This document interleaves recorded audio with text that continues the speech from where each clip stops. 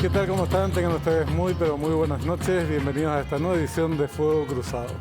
Hoy vamos a hablar de temas que generan mucha inquietud por la envergadura del problema que representan, que es la deuda que tiene el Estado con proveedores importantes, contratistas, importantes a nivel estatal, que no están siendo honrados desde hace ya bastante tiempo, y eso tiene implicancias de carácter económico y social.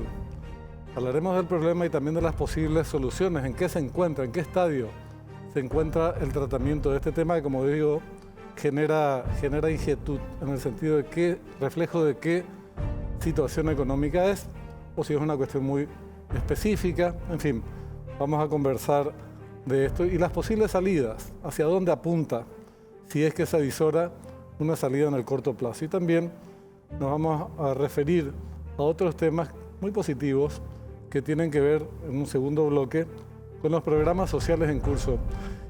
Inclusive se puede decir que no somos conscientes de la importancia, la magnitud de los que se están llevando a cabo y el esfuerzo que representa en términos financieros.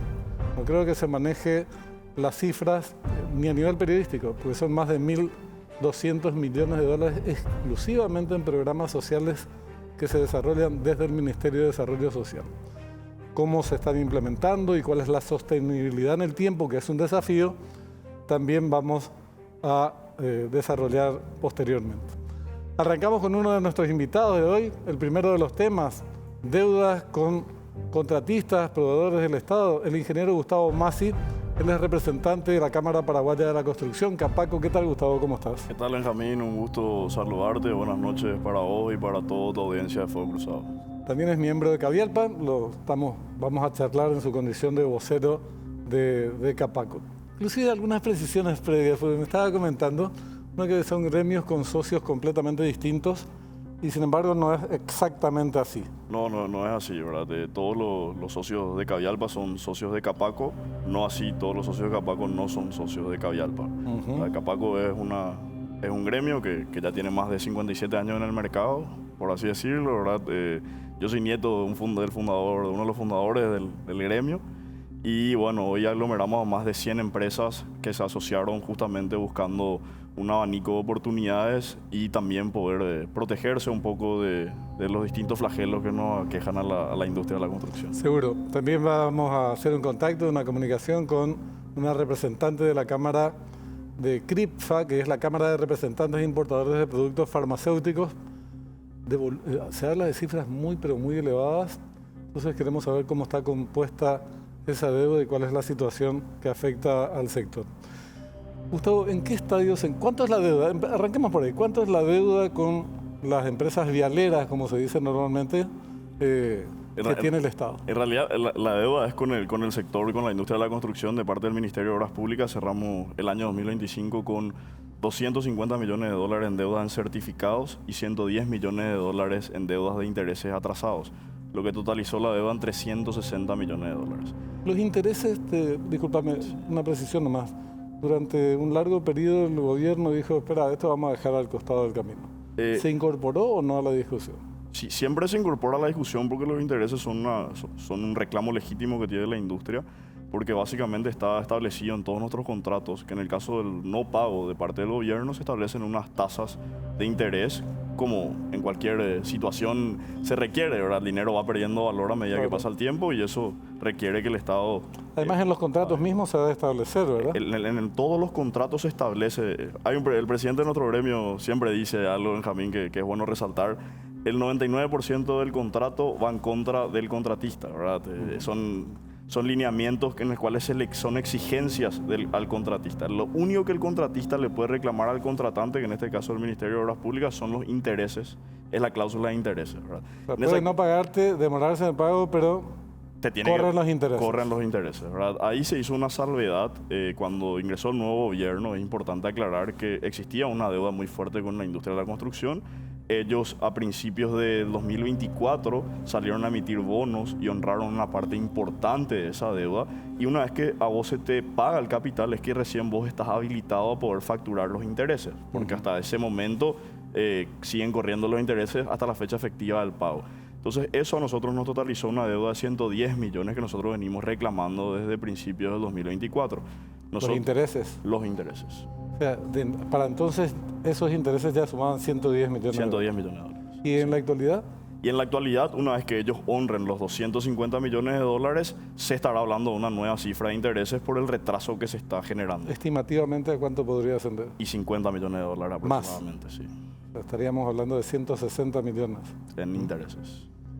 Más 250 Más de 250 capital. O sea, 410 millones de dólares más o menos.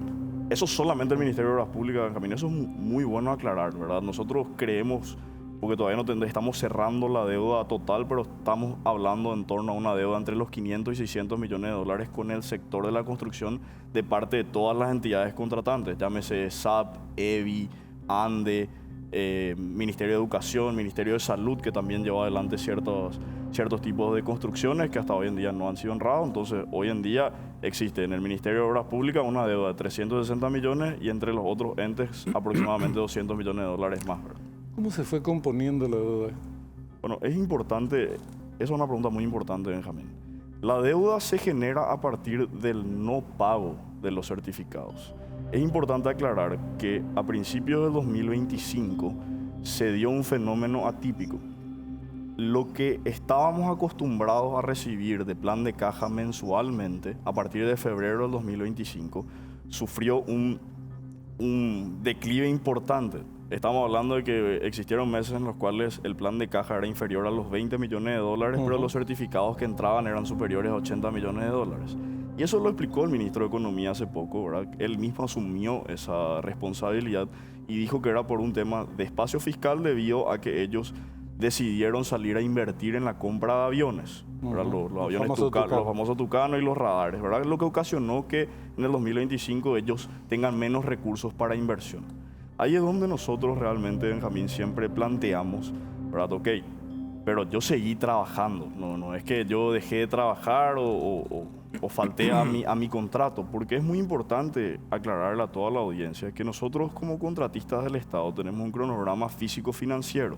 Eso quiere decir que nosotros día a día, mes a mes, estamos obligados a cumplir con una cierta ejecución y eso representa un valor monetario. Entonces, a partir de ahí fue que nosotros sí cumplimos con nuestros contratos, pero los desembolsos no se fueron dando como decía el contrato, ¿verdad? Claro. Una consulta más puntual antes y ya le damos paso a otra invitada del programa. ¿Qué porcentaje de esos nuevos certificados más o menos vinieron honrándose entonces a esta parte, desde la asunción del nuevo gobierno? Bueno, cuando asume el nuevo gobierno se hacen nuevos llamados a licitación. Que todo gobierno tiene su plan de obra pública, ¿verdad? En el cual decide atacar ciertos sectores o ciertas áreas importantes del país. A medida que fue pasando el tiempo, ciertas obras se fueron priorizando y ciertas obras no. Entonces ahí fue que se generó deuda. Entonces si vamos a hablar de un porcentaje, y bueno, algunas, claro, varía. Hay obras que son importantes para el gobierno y esas obras están relativamente al día, tendrán un retraso de 2 o 3 meses. Pero hay otros contratos, los cuales ya dejaron de ser prioridad para el gobierno, que ya tienen retraso superior a los 6, 8, inclusive 12 meses, ¿verdad? Claro. Estamos la Itaipú, creo que es la única entidad que cumple en tiempo y forma, ¿verdad? Sí. ¿Y cuál es el equilibrio que hace también en cuanto a corregir o estabilizar más o menos el tema de la inversión pública, cuyos montos, cifras, se redujeron en los últimos años? Vamos a darle paso a otra invitada, Rocío Figueroa. Ella es de la Cámara de Representantes e Importadores de Productos Farmacéuticos, CRIFFA. ¿Qué tal, Rocío? Buenas noches, ¿cómo estás? Hola, Benjamín, un saludo para vos, tu audiencia y para el invitado también. Muchas gracias por esta comunicación. Bueno, queríamos primero arrancar por el monto de la deuda con las farmacéuticas, como se las denomina en términos más coloquiales, porque se hablan de sumas muy grandes, a mí me llamó la atención, y variables, según las fuentes.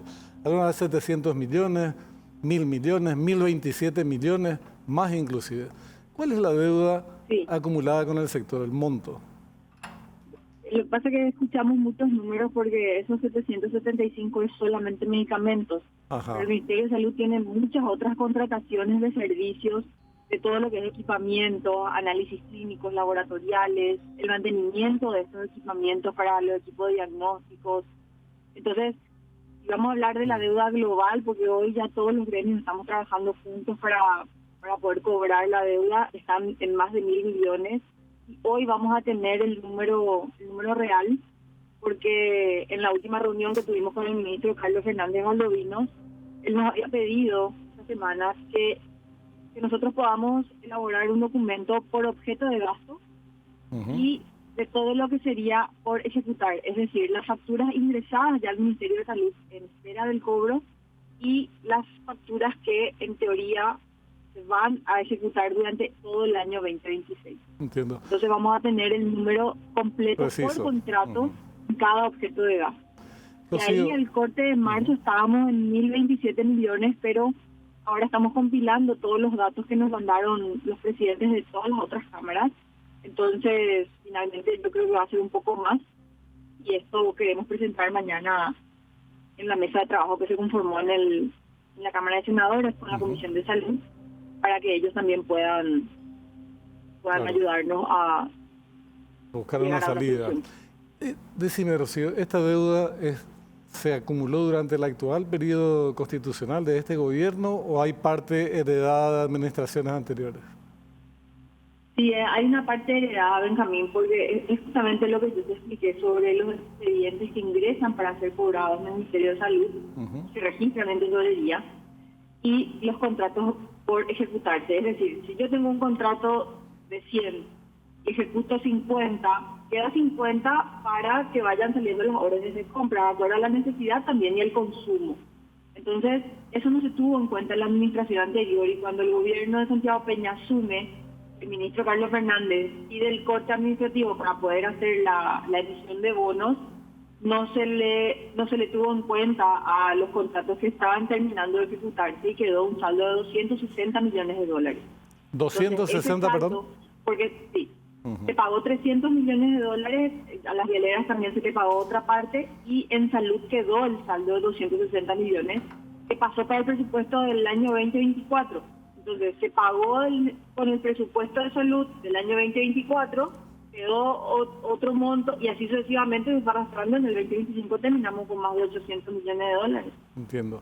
¿Hay alguna objeción por parte del gobierno a esos contratos que ustedes plantean, el pago de los mismos? No, el gobierno se mostró muy abierto. De hecho, por eso nos pidieron, tráiganos la deuda ya ejecutada, todo lo que está ingresado como factura para cobrar en el Ministerio de Salud, pero también tráiganos el monto pendiente a ser ejecutado, porque eso categóricamente se va a ejecutar este año. Entonces, desde ahí vemos una apertura en querer tener un total de la deuda, y en el caso de hacer una sesión, que se haga por el total. Le preguntaba recién a Gustavo y te hago la misma consulta. ¿Cómo fue evolucionando la deuda, la composición de esta deuda a lo largo del presente ciclo? Arrancaba, decías, con 260 millones de dólares que venía del periodo anterior, y bueno, pero se sumaron casi 800 millones más en el actual periodo. Eso representa un porcentaje muy alto de todos los productos y servicios que ustedes le proveyeron al Estado. Claro, lo que pasa, Benjamín, que nosotros vimos que en este gobierno se hizo una inversión muy grande en salud. Eso es algo positivo que tenemos que rescatar. Hay hospitales donde antes no había ni siquiera una ruta de acceso para los ciudadanos, tenían que venir hasta Asunción para poder tener una consulta. Hoy tienen el Hospital del Sur, el Hospital de Coronel Oviedo, que están descomprimiendo bastante todo lo que es la consulta aquí en Central. Y el paciente va, tiene una consulta con un diagnóstico por imagen, es decir, hubo una inversión en equipamiento, y sale con un medicamento en la mano. Entonces, ese crecimiento que hubo en el sector salud hizo también que los llamados a licitaciones sean muchos más de lo que eran años pasados, porque la demanda creció y los tratamientos son de primer nivel. Los exportadores hoy están trayendo la medicina de primer nivel al Paraguay. Entonces, es real que el crecimiento en el presupuesto de salud no fue al mismo ritmo que la inversión que se realizó en el sector. Entonces, hoy el importador se encuentra, vamos a hablar ya de todos los proveedores, porque hoy ya todos los gremios estamos estamos trabajando juntos, Sí. se encuentra en este pedido que le hacemos al Ministerio de Economía que se analice una posibilidad de ampliar el presupuesto de salud para que la demanda sea totalmente cubierta. Ujú. ¿Hay algún esbozo de plan de pago? ¿Avanzaron en esa dirección? No hubo un esbozo por escrito, fue una conversación que tuvimos, estuvo participando también el ministro Javier Jiménez y todos los gremios, ya sean importadores, industria nacional y toda la prestación de servicios de la que estábamos hablando al inicio. Ujú. Lo que se habló fue de la posibilidad de hacer una sesión, va a depender de cuánto a través del apetito bancario que se consiga con los bancos y conforme está estructurado el documento que se está elaborando, que va a ser una reglamentación que va a regir la sesión de pagos. Lo que entendemos es que en la estructura legal que se le está dando, como va a ser deuda soberana, es bastante atractivo para los bancos. No tiene límite de prestación, tienen la garantía y también nos explicó el ministro que existe hoy una cantidad de bancos que estaría interesados, que tendría la capacidad ¿Seguro? para acercarse a ser parte de esta sesión. Lo que sí, desde todos los gremios estamos manteniendo es el pedido de que el Estado se haga cargo de los intereses. Estamos hablando de los intereses de gastos administrativos bancarios. Ujú. Que vi también que en los medios se confunde mucho cuando hablamos de intereses, porque el rubro al que representa el arquitecto, entiendo que ellos cobran un interés por mora. Nosotros en el rubro de salud no estamos acostumbrados, nunca se cobró ese interés por mora. Estamos hablando de los intereses bancarios al momento de hacer la sesión. Entonces, Entiendo. si la deuda es 10, que se pague 10, que no sea otra vez un interés sobre interés que tenga que pagar el proveedor, porque creo que no sería reconocerle el esfuerzo inmenso que viene haciendo el sector para poder continuar abasteciendo de medicamentos y servicios en el sistema de salud. Entonces, con ustedes, ¿cuál es el siguiente paso? Con posterioridad a la Semana Santa, ¿habría un nuevo encuentro y qué expectativas tienen en eso? Correcto, el 7 de abril fuimos citados nuevamente. Ahí tendríamos ya novedades sobre quién estaría a cargo de los intereses. Seguimos insistiendo que sea el Estado, y vamos a ir negociando eso, y de los montos que van a ser cedidos. Lo principal aquí, en este punto de la sesión, ya que estamos haciendo una deuda consolidada de todos los servicios e insumos que compra el Ministerio de Salud, es lograr el cambio en la reglamentación de la ley que Claro. se estableció. Pero para es el- reglamentación para el nomás. Presupuesto General de la Nación. ¿Cómo? Para implementar este tema de la garantía soberana. ¿Basta una reglamentación o tiene que ir al Congreso? Hoy ya es reglamentación. ¿no? Eso va a ser Reglamentación. Hoy ya es Eso va reglamentación, a ya ser está una en ley. reglamentación. Ah, ya. Bueno, entonces, la Pero cuestión... yo sí. me refiero, perdón Benjamín, yo me refiero a algo que es súper importante para poder saldar la deuda y no que quede otra vez un monto que luego va a crecer y vamos a terminar a fin de año en la misma situación. Sí. Acá hay un tema que el decreto reglamentario del PGN 2026 establece que se va a realizar una sesión de pagos para el Ministerio de Obras Públicas y para el Ministerio de Salud. Pero cuando habla el Ministerio de Salud se refirió solamente al objeto de gasto 350, que es únicamente medicamentos. No está incluyendo ningún otro servicio, ninguna otra prestación. Y lo más importante es que quedó fuera gastos judiciales. Este objeto de gastos judiciales, valga la redundancia, es todo lo que se gasta en amparo, es todo lo que el Ministerio de Salud invierte en estas enfermedades catastróficas, Sí. y que hoy los pacientes están reclamando que ya están siendo desabastecidos, porque no tenemos nosotros hoy una respuesta de cómo se va a pagar en caso de que se excluya este rubro y va a quedar por fuera, al igual que todos los otros servicios. Entonces, si se paga solo la deuda de medicamentos, así como está hoy el decreto reglamentario del PGN, nuevamente se va a quedar un monto que a fin de año vamos a terminar en una suma histórica que no estamos hoy, porque hoy es histórica este monto que tenemos en salud.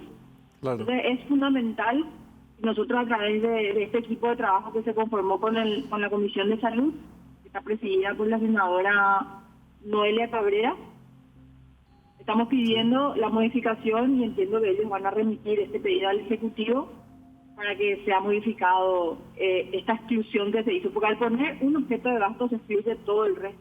Claro. Entonces tenemos que eliminar el objeto de gasto 350 y que sea amplio y que abarque a todos los objetos de gasto que tiene el Ministerio de Salud. La última y te liberamos. ¿Qué impacto tiene o qué consecuencias, efectos podría tener el hecho de que se mantenga el impago por parte del Estado, en el caso de ustedes, las farmacéuticas?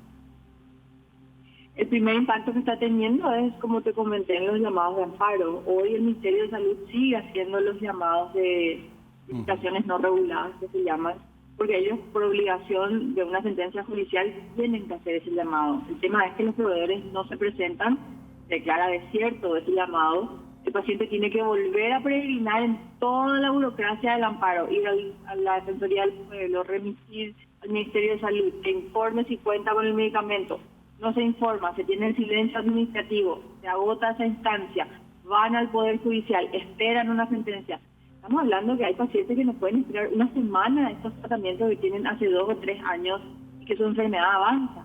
Claro. Entonces, el impacto directo aquí es para el paciente, no es si le pago o no al proveedor y qué va a pasar. Acá es el Salud. paciente que no Sí, es una cuestión de salud pública. O que vaya a un hospital y que le digan el ecógrafo no funciona, no tenemos la máquina que suele hacer.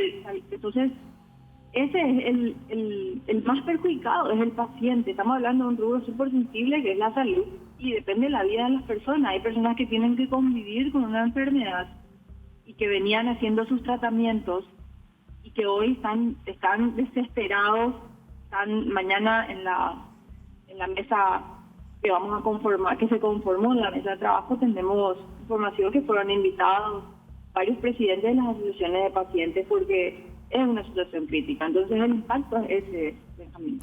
Queremos que la Semana Santa no sea solamente de reflexión espiritual, religiosa, sino también con respecto a estos temas y que la vuelta efectivamente puedan avanzar en la solución de este problema. Rocío, muchísimas gracias por tu tiempo. Muy amable, muchas gracias. Gracias a vos y un saludo. Hasta luego. Igualmente, Rocío Figueroa, de la Cámara de Representantes e Importadores de Productos Farmacéuticos, CRIPFA. 1.027 millones de dólares por un lado, 360 que serían probablemente 410, 420 millones si se suman los intereses. Bueno, tomando en cuenta, Benjamín, lo que estaba mencionando Rocío, que es cierto, nosotros también, justamente el problema que hoy estamos alertando y que venimos alertando desde el año pasado, es que el presupuesto 2026 del Ministerio de Obras Públicas no contempla la realidad del sector, por lo que estaríamos hablando que el sector terminaría con una deuda al término del año de más de 600 millones de dólares, que es un monto, honestamente, que nosotros como sector de la industria de la construcción no podemos sostener. No hay capacidad financiera que pueda sostener 600 millones de dólares en deuda. Vamos a hablar después de las empresas, porque uno tiene la impresión siempre que habla con empresas muy grandes que hay en el sector, pero también hay otras que no lo son y que tienen contratos directos con el Estado o que son subcontratadas por las grandes empresas. Entonces hay una cadena ahí que es afectada por esta cuestión.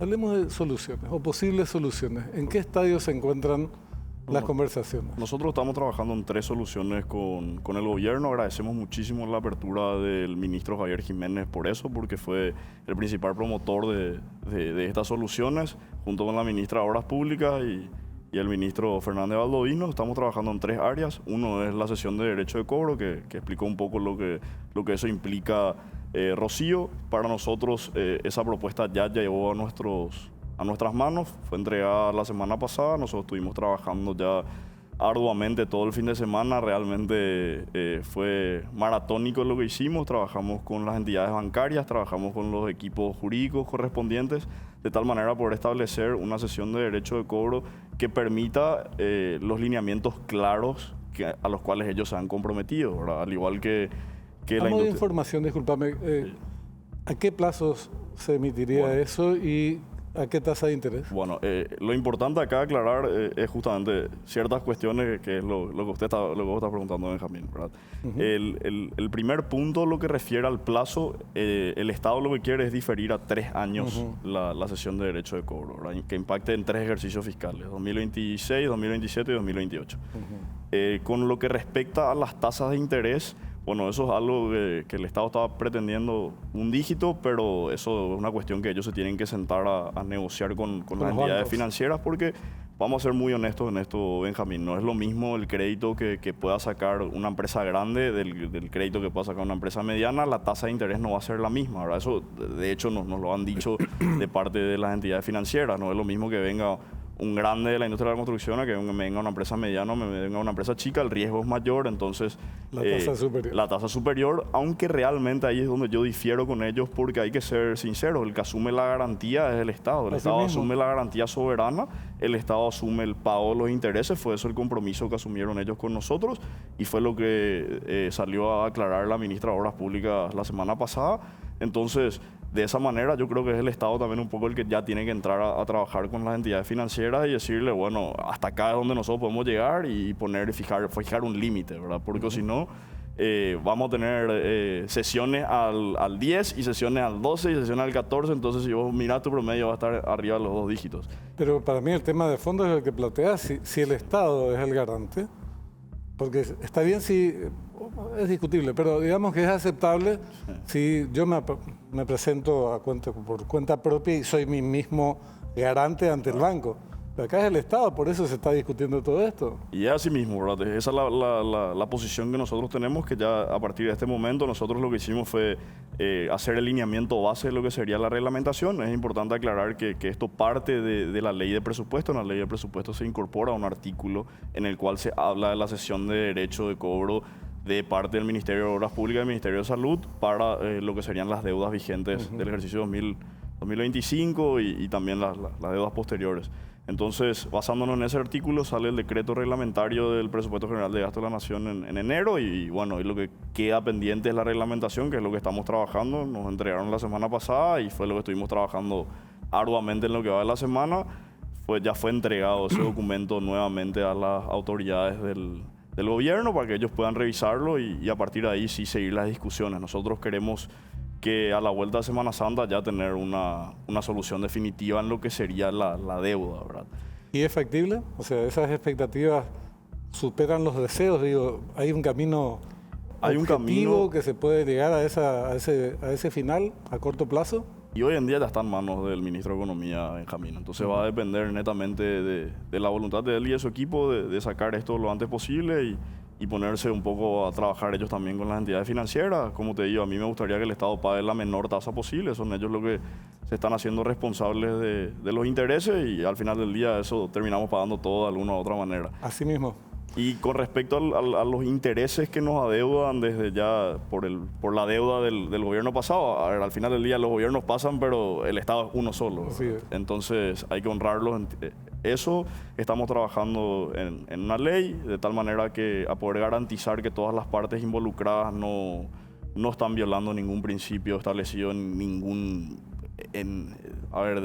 ninguna manera que se vuelva ilegal eso, ¿verdad? Porque hay una cierta contraposición entre abogados, que unos dicen que es una cuestión de una resalva que tuvo que haberse escrito, otros dicen que no hacía falta porque está el contrato de por medio. Entonces, para evitar que exista ese malentendido, es lo que nosotros pedimos, que se saque una ley en la cual se le exime de toda responsabilidad a todos y poder honrar eso, porque la verdad, Benjamín, es que esos intereses nosotros pagamos a las entidades financieras. Claro. O sea, acá nadie se quedó con esos recursos, no es ganancia para la constructora, simplemente lo que nosotros pedimos es poder recuperar eso que ya nos sacaron. Y hoy es importante aclarar, Benjamín, que yo creo que para mí es lo más grave de esta situación, es que hoy ya tenemos 6 empresas en convocatoria de acreedores. Y no estamos hablando de empresas que se han creado hace 1 o 2 años, estamos hablando de empresas que algunas de ellas tienen 38 y más de 50 años en el mercado. Y hoy a causa de esta situación están en convocatoria de acreedores. La empresa, un expresidente de la Cámara Paraguaya de la Construcción, hoy entró a convocatoria de acreedores. Es una situación gravísima, que no estamos dimensionando el daño que estamos causando. Imagínense, Benjamín, uno trabaja 40 años por algo, sueña en grande, se anima, apuesta en su país y a causa de una regla fiscal, porque al final del día esa es la cuestión real acá, uno tiene que perder todo lo que construyó durante 40 años. Es muy triste la situación, realmente es triste porque atrás de cada empresa hay un sinnúmero de trabajadores y de familias que que no se merecen estar pasando por esta situación. Y al final del día también, Benjamín, es importante que nosotros veamos que los principales afectados son los ciudadanos paraguayos, porque hoy hay obras ralentizadas, hoy hay obras paradas. ¿Qué representa eso? Y bueno, y que la solución de todo tiempo no va a llegar todavía a esas comunidades. ¿Y cómo pretendemos que se desarrolle nuestro país si es que seguimos sin darle las cuestiones básicas? Hay lugares, hay niños que no pueden acudir a la escuela por falta de camino, y hace poco vivimos eso, con estas grandes lluvias que existieron en la última semana. Veíamos en los principales medios de prensa cómo miles de niños se quedaban sin acceder a la escuela. Sí. Gustavo, te agradecemos mucho. Vamos a seguir hablando, por supuesto, de este tema que se va a relanzar con más fuerza nuevamente con posterioridad a la Semana Santa. Muchas gracias. Muchas gracias y un saludo para toda la audiencia de Fuego Cruzado. Muy amable.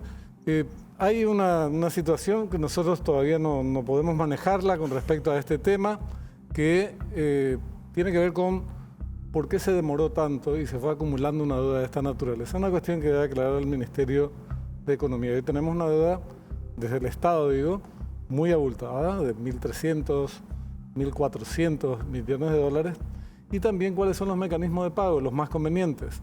Si es este mecanismo que se estaba hablando, que hablábamos recién con el ingeniero Gustavo Masi, o si se puede combinar con bonos soberanos, en fin, que son deudas que se difieren a mucho más largo plazo, a una tasa de interés baja, considerando que el país tiene grado de inversión. Es un debate que vamos a ir desarrollando en el curso de los próximos días.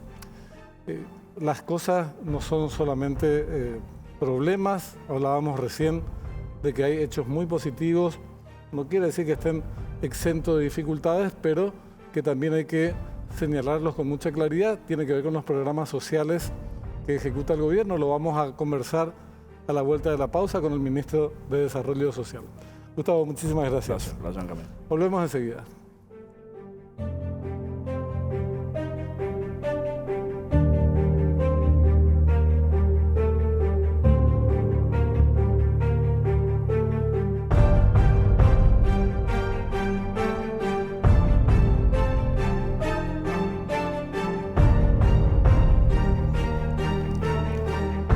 Segundo bloque de Fuego Cruzado y el tema que anunciábamos, los programas sociales del gobierno, algunos en particular, cuyas cifras no manejamos. ¿Cuál es la importancia que tienen estos programas sociales y sus efectos concretos?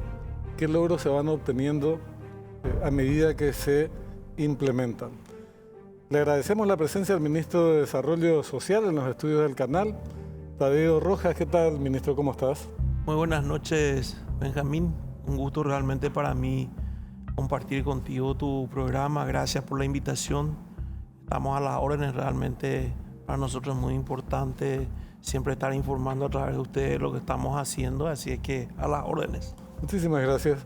El ejercicio de la crítica es libre y mucha gente critica la gestión del gobierno, pero hay que ser justos en el sentido de cuáles son las cosas que deben ser valoradas positivamente. Uno de los aspectos principales, sin duda, son los programas sociales. Nunca antes se invirtió tanto en programas sociales, y esto es real. Yo odio el término, el famoso, lo histórico, pero es histórico en términos de el monto de la inversión social. Vos nos decías días atrás, ministro, en la radio, que adultos mayores hoy llega a 360.000 personas, el programa de adultos mayores. Y eso representa una inversión de 490 millones de dólares al año. ¿Es así? Es así. El programa de adultos mayores, la pensión alimentaria de adultos mayores realmente ha tenido un crecimiento sostenido desde noviembre del año 2024, en que empezamos a implementar una nueva ley. ¿Cómo era antes? La nueva ley, se dieron situaciones de varias modificaciones de leyes anteriores. Las primeras leyes hablaban de personas de adultos mayores en estado de pobreza, ¿verdad?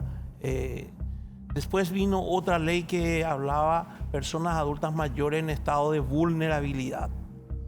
Después vino la ley, la última, la que tenemos, que es la pensión universal de adultos mayores. Pero hay diferencias en los conceptos. Cuando se hablaba de la pensión en la franja de la pobreza, había criterios de medición que limitaban muchísimo el acceso al programa de muchos adultos mayores. Y numéricamente, para manejar, digo, y ver la evolución del programa, ¿cuántos antes de esta nueva ley se implementó? Antes de esta, el nosotros 2024? llegamos a incluir en lo que va de esta nueva ley 58.000 nuevos adultos mayores. Recibimos con 302.000, creo que hoy estamos en 360 y pico mil, ¿verdad? Así es que la inclusión fue mucho más dinámica y fue mucho más, digamos, mucho más aplicable a aquellos que realmente cumplen lo que establece la ley. Porque la ley establece que no debe tener salario público ni privado, no debe ser cotizante titular de IPS, no debe tener más de 30 cabezas de ganado registrados en Senaxa y no debe ser tributante de la DENIT. O sea, son componentes claves importantes. Y a partir de ahí es automática ya, ¿no? Claro, no es una la inclusión es no automática. puede Hoy haber lo hacemos discrecionalidad. con cruzamiento de datos de identificaciones, con registro civil, IPS, DENIT, Justicia Electoral, Contraloría General de la República y el SINAR, ¿verdad? Son 5 bases de datos que se cruzan en forma sistémica, ¿verdad? Para lo cual de eso se extrae los potenciales beneficiarios, luego se establece quiénes cumplen los requisitos y de ahí salen los que van siendo incluidos conforme a la disponibilidad presupuestaria como establece la ley. Y anualmente se van incorporando a 30.000, establece eso la ley misma establece la incorporación de 30.000 se va bajando mayores. Hoy es hasta decir, 69, desde claro, 69 años. el presupuesto cada año tiene que contemplar la inclusión de 30.000 nuevos adultos mayores, más las bajas que se dan por fallecimiento, que está en un promedio de 1.000 a 1.200 por mes. Sumado esto, 10.000, 12.000. más o menos, está en el orden de los 40.000 que podríamos ir incorporando cada año. Nosotros empezamos con gente que encontramos que tienen 103 años de edad, no vas a creer, que estaban fuera de la pensión. Eso es por el sistema anterior que venían siendo discriminados. Y fuimos bajando, encontramos gente de 98 años. Fuimos entrando la franja de 90, franja de 80, franja de 70 y ahora en marzo cerramos con franja de 69 años en la totalidad. Y ahora estamos viendo qué nos da el Ministerio de Economía como plan de caja para que podamos ver si bajamos a 68 y vemos hasta dónde bajamos. Y así sucesivamente hasta completar la ejecución presupuestaria. Nuestro objetivo, y eso ayer hablábamos con el presidente Peña, y es importante dejar en claro un concepto de que realmente para el gobierno del presidente Peña, y bien lo decías vos al inicio, es prioridad absoluta los programas sociales.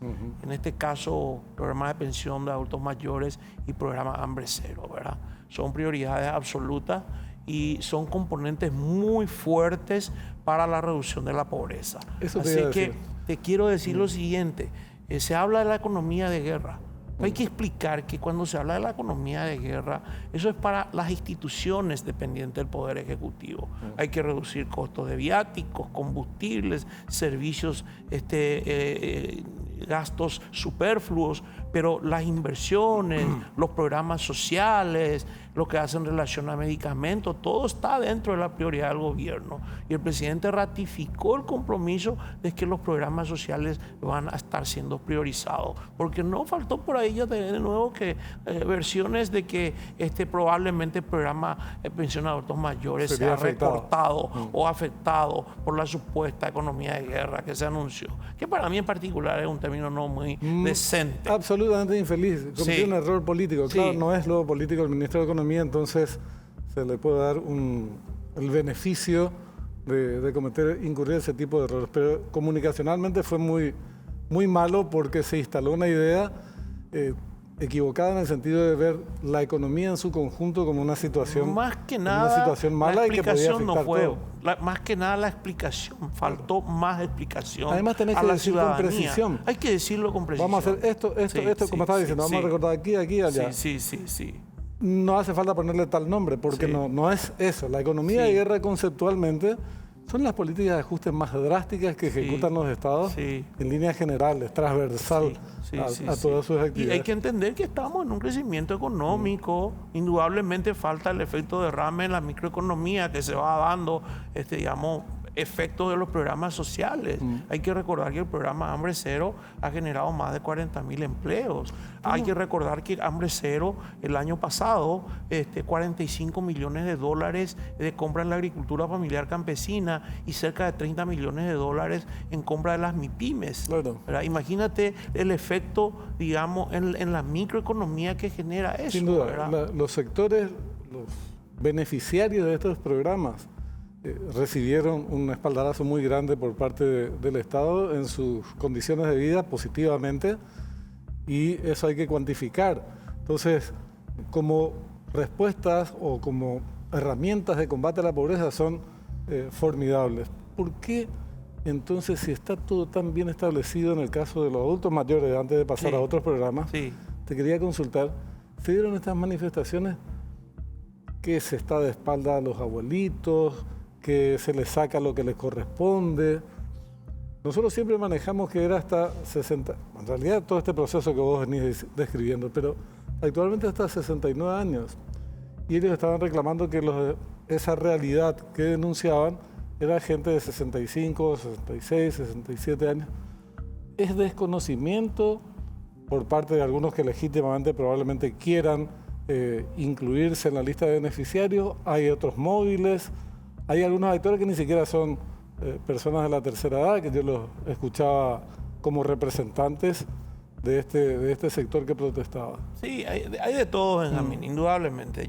Encontramos gente que son jubilados, docentes o funcionarios, que eran funcionarios de salud pública. Encontramos personas que ya están cobrando la pensión y lógicamente algunos que no cobran todavía. Pero más allá del reclamo que ellos hacen, que yo incluso lo considero justo, porque ¿quién no quiere cobrar a aquel que no tiene ningún ingreso, verdad? También existe una manipulación, existe una mala intención y existe una especie de politización inclusive, y lo digo con absoluta responsabilidad, porque hay un ilustre personaje que se hace llamar líder de ellos, que se pasa incitando, que se pasa con una intención de ideologizar este tema y generar una suerte, digamos, de reacción popular. Y yo creo que está con contenido de algún proyecto político de por medio. Porque desde ningún punto de vista no hemos encontrado una buena predisposición. Si me permitís un minuto comentarte lo que ocurrió el lunes pasado cuando vinieron un grupo importante de manifestantes. Les recibimos en una sala de reuniones, ellos entraron entre 35 más o menos, les escuchamos totalmente, pero sale de la cabeza de ellos, plantea 4 cosas claves. Primero, que cobren la totalidad de los 65 años sin discriminación de forma inmediata. Segundo, que se aumente la pensión al 50% del salario mínimo. Hoy es el 25%. Duplicar. Tercero, que se eliminen las cuentas que muchas veces se bloquean por falta de movimiento, ¿verdad? Que eso está dentro de un decreto reglamentario de la ley. Y cuarto, algo que me llamó la atención, pidieron que vuelva a las municipalidades la administración del programa de adultos mayores. Yo les expliqué con todo respeto uno a uno. Les dije, hoy nuestro presupuesto es de 495 millones de dólares, ¿verdad? Anual. Si yo me comprometo, o sea, no puedo, porque soy órgano de aplicación de la ley. No soy yo el que decido la ley lo decide el Parlamento, y conforme a la disponibilidad financiera. Les expliqué eso, ¿verdad? Lo que representa. Iría más o menos a 630 millones de dólares anuales. Pero si se duplica... Si es la inmediata, si es la inmediata inclusión. Pero si se duplica, iríamos a casi 1.300 millones de dólares por año. Les expliqué a ellos de las dificultades y que esto está en el ámbito del Congreso estudiar, y lógicamente con un dictamen técnico financiero que tenga que garantizar la sostenibilidad del programa, ¿verdad? Les expliqué también lo del bloqueo de las cuentas, de que es algo que nos obliga a proteger los recursos del Estado. ¿Por qué no está cobrando 2 meses sucesivamente? Falleció, viajó, o piensa que es una caja de ahorro. Entonces el banco automáticamente bloquea la cuenta. Nosotros se nos reclama, automáticamente hacemos las gestiones sencillas, hasta por WhatsApp hacemos las gestiones, nos presentan la solicitud y ya pedimos la rehabilitación. Y en cuanto a las municipalidades, es un retroceso. No es que yo piense de que las municipalidades no puedan manejarlo, sino que realmente ahí vamos a volver a entrar en un famoso censo de alto costo para el Estado. Vamos a volver a entrar en, este es mi amigo, este no es mi amigo. Claro. ¿Envían la lista o no envían la lista? Que es lo que sucedía y que se generó esta discriminación, por lo cual recién hoy están entrando gentes que no estaban en el programa.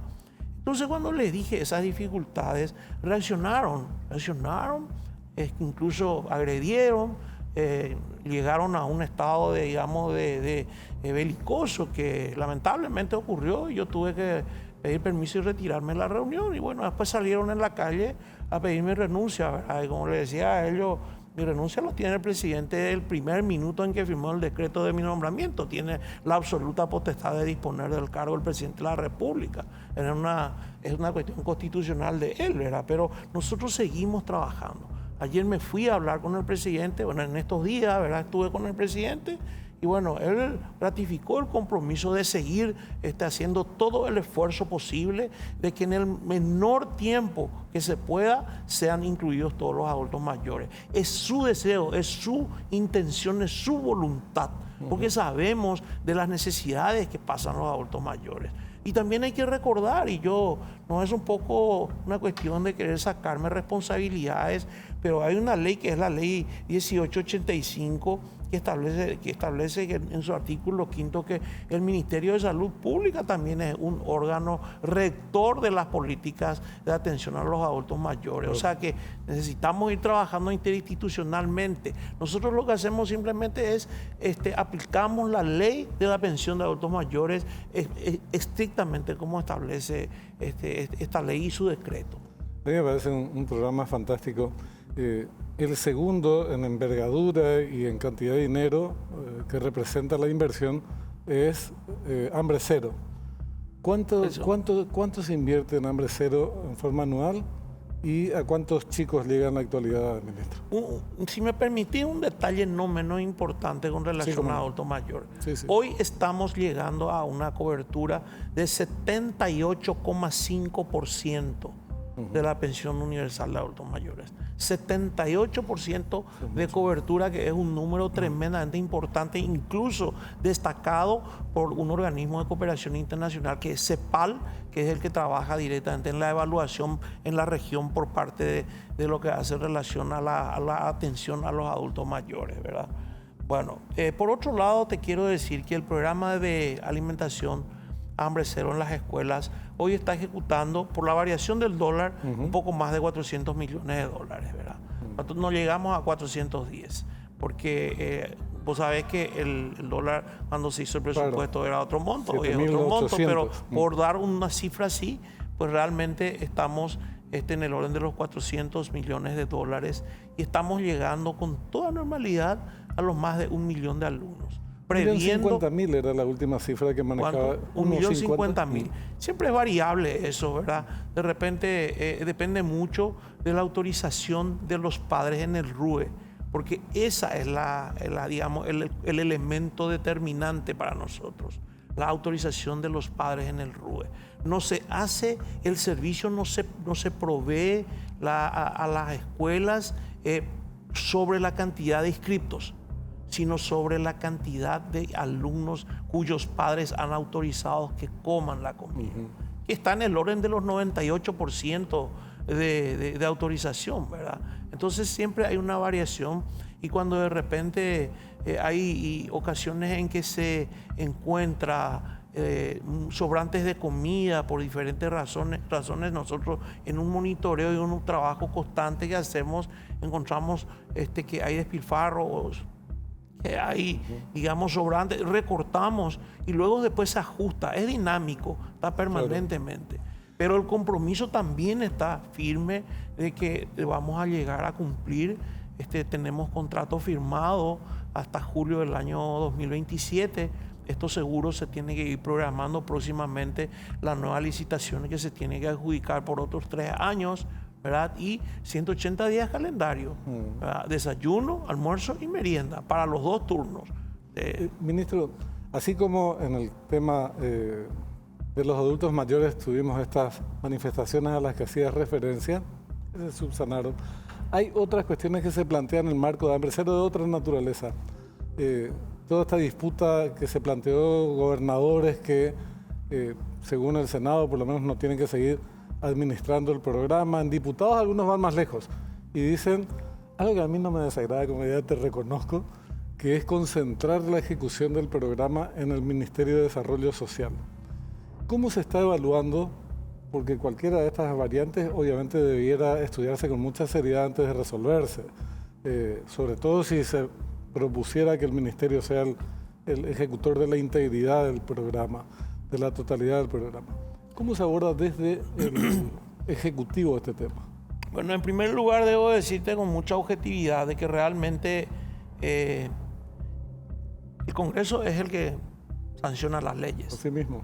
Nosotros hoy estamos aplicando la ley del CONAE, ¿verdad? Y se ha dividido por gobernaciones y por MDS.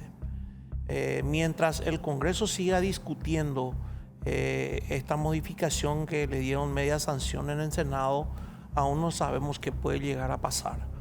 Pero si sale una ley que realmente impone de que se centraliza, nosotros no nos queda otra alternativa que tenemos que asumir la responsabilidad. Pero debo decirte algo, Benjamín, con toda objetividad.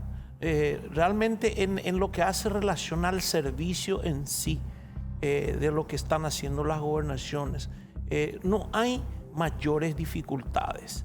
De repente aparece como en cualquier lado algunas frutas con descomposición, cosas así que por cuestiones de clima y de transporte y cosas así, ¿verdad? Pero eso siempre normalmente estamos monitoreando y damos inmediata solución. Pero cuando hablamos de lo que es el proceso administrativo, eso sí le compete única y exclusivamente en una relación interinstitucional, Ministerio de Economía y Ministerio y gobernaciones que son administradores de contratos, ¿verdad? O sea, vos sabés que trabajamos todos los días con informaciones, es nuestra función, entonces manejamos muchos datos y la verdad es que no hay denuncias casi de ningún tipo con respecto al programa, son muy específicas, puntuales. Lo que sí hay en este caso es un tratamiento político o un problema político que podría terminar afectando eventualmente en el futuro la ejecución del programa, porque en tiempos electorales las distintas corrientes internas y compañías disputan evidentemente el control o estar al frente de un programa de esta importancia enorme. Entonces, el asunto es cómo blindar el programa para que el futuro no sea bajo ningún punto de vista afectado. Y si después disputan espacios de poder, gobernadores, parlamentarios, es problema de ellos, pero que no afecte nunca el programa. Ese me parece que es el centro de la discusión. Coincido plenamente contigo. Acá lo que todos tenemos que ponernos digamos, en la línea y asumir el compromiso de proteger la sostenibilidad del programa, ¿verdad? Yo debo decir de que nosotros, por supuesto que tampoco no tenemos por qué ser consultados si ellos consideran que no es necesario, pero el Poder Ejecutivo, en este caso a mí en particular, no me pidió una opinión como suele ocurrir en otras ocasiones cuando plantearon este debate y esta decisión, ¿verdad? Lo respeto absolutamente, pero siempre es importante someter a una discusión por ambas partes para tratar de cómo realmente haber coincidencia y proteger el programa, como bien lo decís, y ver cuáles son las razones reales del por qué se plantean estas. Si son realmente cuestiones circunstanciales nada más o si hay hechos reales, ¿verdad? Pero estamos muy pendientes de lo que pueda decidir el Congreso y ojalá que realmente sea lo más conveniente y que no haya una suerte, digamos, de confrontación que perjudique al programa. Sin duda, sin duda. Estos son los temas fundamentales que tenemos por delante, o algunos de ellos, para completar los números del Ministerio de Desarrollo Social. Tenés 490 millones de dólares que se invierten en adultos mayores, más o menos 400 millones más en el tema de hambre cero. Tecoporá y los otros programas de transferencia monetaria, ¿cuánto suman? Tecoponada está en el orden de los 78 millones de dólares. Y luego tenemos Tenonderá, que es un poco menos, creo que está, si mal no recuerdo, los 20 millones más o menos, pero nuestro presupuesto total está por encima de los 1.000 millones de dólares, ¿verdad? Y es un presupuesto que realmente el 99% está destinado a inversión social, a programas sociales. El 1% del presupuesto es para gastos operativos, ¿verdad? Esto es muy importante. Repito, no porque no se pueda tener y desarrollar una línea crítica con respecto a la gestión del gobierno que fuere, de este en particular, incluso de los programas sociales, que uno puede decir, no, pero yo creo que habría que implementar de esta u otra forma o destinarle a esto un poco menos y a esto un poco más. Esas discusiones son válidas. Lo que no se puede es negar la existencia de estos programas que están en desarrollo, que representan un avance muy grande, que tienen un impacto muy grande en los compatriotas que están siendo beneficiarios por él. Un avance tremendo, Benjamín, y esto va a ser un legado de este gobierno del presidente Peña realmente para la historia del país. Nunca antes, bien lo dijiste al principio, nunca antes un gobierno ha tomado como bandera programas sociales como estos. Hambre cero y adulto mayor como principales temas, ¿verdad? Y lógicamente los demás, ¿por qué no mencionar la construcción de viviendas sociales? ¿Verdad? Que también es muy importante. Sí, correcto. ¿Verdad? Y yo me estaba refiriendo solamente al Ministerio de Desarrollo Social. Claro, entiendo, pero ahí tenés otros 100 millones lo y pico. nada más. Imagínate lo que es, lo que va a representar esto. Y Hambre Cero va a tener realmente una visibilidad, probablemente dentro de 5 o de 10 años, cuando veamos chicos con mayor capacidad de aprendizaje en las instituciones educativas, cuando veamos el impacto en lo que hace a la salud misma y se empiece a evaluar de qué tipo de enfermedades antes consultaba y de qué tipo hoy, cómo está su crecimiento. Se puede evaluar la cantidad de fuentes de trabajo que ha generado, se puede evaluar la cantidad de inversión y de beneficios que ha traído la agricultura familiar, lo mismo con las MIPYMES. Es decir, el impacto social que va a tener es impresionante a lo largo del tiempo, Benjamín. Entonces, cuando hacemos un balance de la situación, yo creo que hay que poner todos los ingredientes. Hay mucha preocupación, tocábamos en el primer bloque del programa con respecto a una situación de impago de contratistas y proveedores del Estado. Esa es parte de la realidad económica. Seguramente hay cuestiones que tienen que ver con la gestión misma del Ministerio de Economía, falta de previsiones. Es parte del debate. Claro. No digo que sea así. Y en este caso, sin embargo, cuando hablamos de programas sociales, hablamos de avances muy, muy claros, que después hay que discutir cómo darle sostenibilidad en el tiempo. Claro. Si con este sistema, este modelo económico y este sistema de recaudaciones vamos a poder hacerlo, o si hay que hacer ajustes. Esas también son discusiones pertinentes. Así mismo hay que hacer una proyección, no hay ninguna duda, y hay que ir viendo, porque sin lugar a dudas esto tiene que tener una continuidad. Está por ley. No se puede de repente de la noche a la mañana decir, mira, hasta aquí puedo. Claro. Así que el Estado, venga quien venga, va a tener que buscar la forma de sostener el programa. Y hay programas que pueden disminuir inclusive en su composición o en el universo, por ejemplo, adultos mayores. Si nosotros avanzamos en la formalización de la economía y en consecuencia de que los trabajadores tengan acceso a la jubilación, entonces ese es el origen de por qué tenemos tantos adultos mayores en situación tan precaria como la que tenemos, ¿verdad? Claro, si vamos a ponernos a decir, pero ¿por qué hay tantos adultos mayores que no tienen ni un peso para vivir? Pues a lo largo de los años, de 20, 30, 40, 50 años atrás, nunca hubo una política de formalización laboral. Correcto. Hoy se está llevando también adelante eso. ¿Verdad? También se está llevando adelante eso. Por eso es que tenemos tantos adultos mayores que están en esta situación. Cuando lleguemos a cubrir la totalidad, ya esto va a ser una cuestión de sostenibilidad más fácil, pero sí hay que tener siempre fuente de financiamiento. Así es que ni muy, muy, ni tan, tan, como decía mi querida madre. No todo es negro y no todo es maravillosamente pero una lucha. Estar en el gobierno, manejar el Estado no es fácil, porque uno tiene que estar pendiente de lo que pueda ingresar para saber cómo gastar. Y en la calidad del gasto está el éxito. Ministro, muchísimas gracias por tu tiempo. Al contrario, a vos, Benjamín, gracias por darme la oportunidad de estar contigo. Éxito siempre a las órdenes. Muy amable como siempre. Nosotros nos retiramos, pero antes quería comentarles que cuando el mes se hace largo, Puedes adelantar efectivo de tus tarjetas de crédito directamente desde la app Basa y vas a recibir el dinero en tu cuenta sin moverte de manera fácil y rápida. Con tus tarjetas de crédito Basa puedes usar lo que necesitas hoy y lo vas a pagar recién después en cuotas y sin intereses. Así de simple, Basa a tu lado en cada logro. Muchísimas gracias por habernos acompañado estos minutos. Nos reencontramos con posterioridad a la Semana Santa. Entonces, este próximo domingo no se va a emitir el programa por la fecha religiosa y lo haremos una semana después. Hasta entonces, muchas gracias.